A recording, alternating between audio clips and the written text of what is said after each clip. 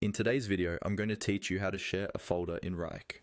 By the end of this walkthrough, you'll know exactly where to click, what each option means, and how to make sure the right people get the right level of access. Let's start inside your Wrike workspace, with the folder you want to share already visible. This might be a project folder, a team folder, or any other container that holds your tasks and subfolders. Take a moment to confirm you've selected the correct folder, because whatever you share here will apply to everything inside it. Now, look for the three dots icon, often called the More or Options menu. You'll usually find this either next to the folder name in the left-hand navigation panel or at the top of the main view when the folder is open. Move your cursor over the folder name, then click on the three dots. This opens a small menu with several actions you can take on that folder. From this Options menu, find and click on the Share option.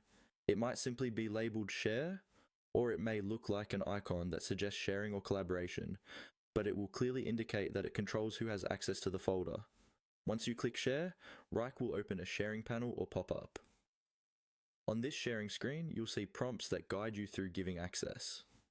Typically, you can start typing the names or email addresses of the people or teams you want to share the folder with. As you type, Wrike will suggest existing users or groups in your account. Select the correct ones from the suggestions.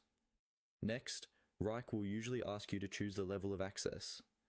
Follow the on-screen prompts to assign the right permission level, such as full edit access, limited editing, or read-only access.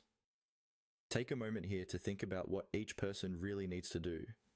For example, managers or project owners might need full access, while some stakeholders may only need to view progress and comments.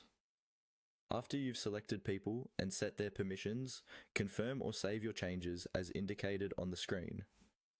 Wrike may show a quick summary of who has access to the folder, so you can double check everything before you close the panel.